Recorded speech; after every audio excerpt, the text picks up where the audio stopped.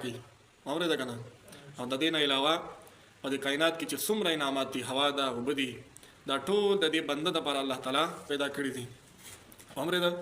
بل ځای کې راځي چې موږ او تاسو ته د خپل ژوند د خپل پیدایش مقصد نه دی معلوم.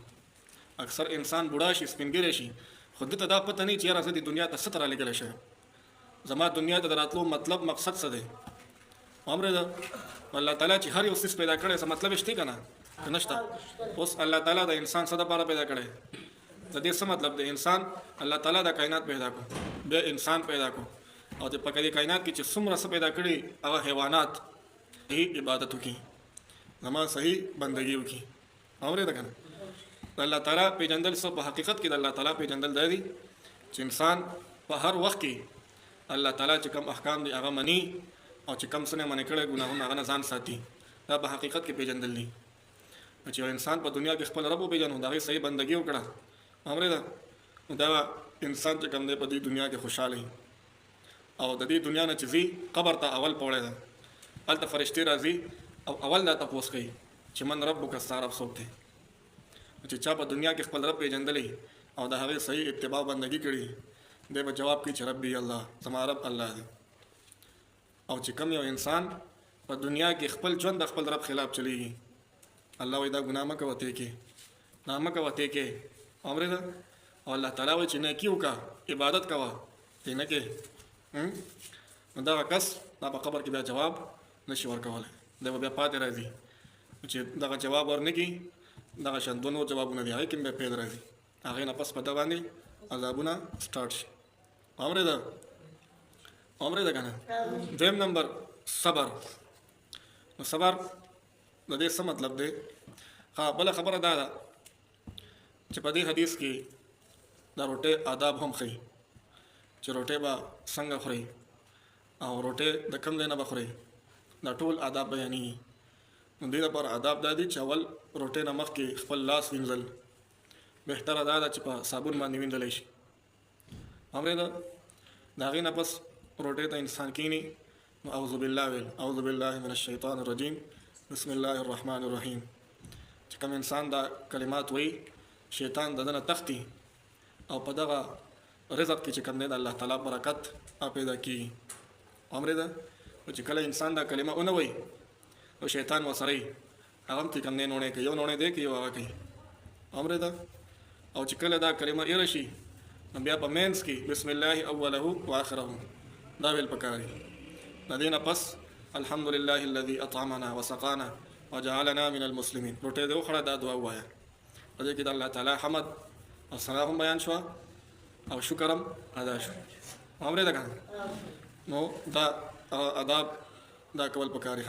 بل روټۍ چې خورې د خپل مخې نه خوړل پکار دي، د خپل مخې نه خوراک پکار دی. اورېده؟ بل صبر دی. نو صبر قرآن کې الله فرمایي صبر څه ته وایي؟ صبر ویلی کېږي چې انسان په ازمایش او امتحان کې صبر وکړي، یعنې ځان هغه پاتې را. مثال د دې مطلب دا دی چې انسان باندې څه تکلیف او ازمایش راشي، په دغه ټیم کې دی صبر وکړي. اورېده؟ نو الله تعالی فرمایي قرآن کې وَلَنَبْلُوَنَّكُمْ بِشَيْءٍ مِّنَ الْخَوْفِ وَالْجُوعِ وَنَقْصٍ مِّنَ الْأَمْوَالِ وَالْأَنفُسِ وَالثَّمَرَاتِ وَبَشِّرِ الصَّابِرِينَ. الله وایي زه به در باندې امتحان او ازمایش راولم، وَلَنَبْلُوَنَّكُمْ زه به در باندې ازمایش کوم، بِشَيْءٍ مِّنَ الْخَوْفِ مطلب دا چې په تا باندې به خوف او یره غالب کېږي. د دې څه مطلب دی؟ مطلب دا دی چې په دنیا کې به ستا دشمنان پیدا کېږي، دا پسې به خبرې کوي، ستا د بې عزتۍ کوشش به کوي. پوه شوې؟ مطلب دا ته په هر فیلډ کې لګېږي. اورېده که نه؟ هغه ستا کامیابي نه غواړي، خو بهرحال ته به صبر کوې. صبر کوې. والجوع او کله کله به در باندې لوږه راولم. صبر راولم، لوږه راولم. پوه شوې؟ دا د الله تعالی امتحاني.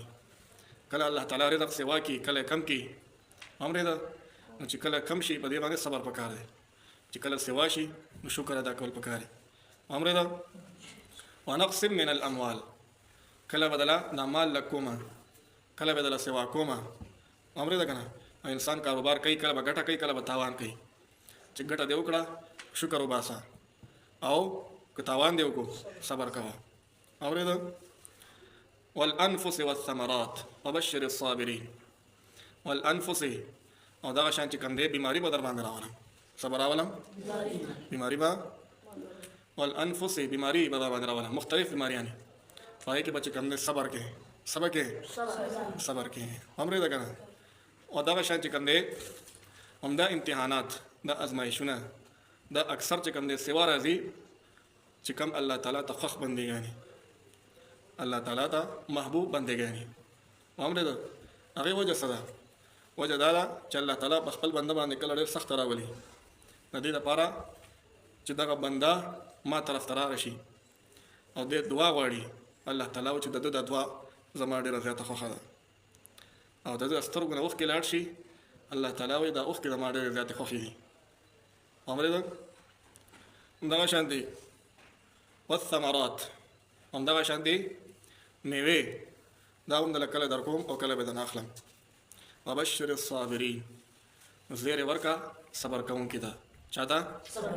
چې کوم انسان صبر کوي د دغه کس لپاره زیری دی، د دغه کس لپاره الذین اذا اصابتهم مصیبه، کله چې انسان باندې څه مصیبت راځي، تکلیف راځي، ازمایش په دغه ټیم کې د ته څه ویل پکار دي؟ انا لله و انا الیه راجعون.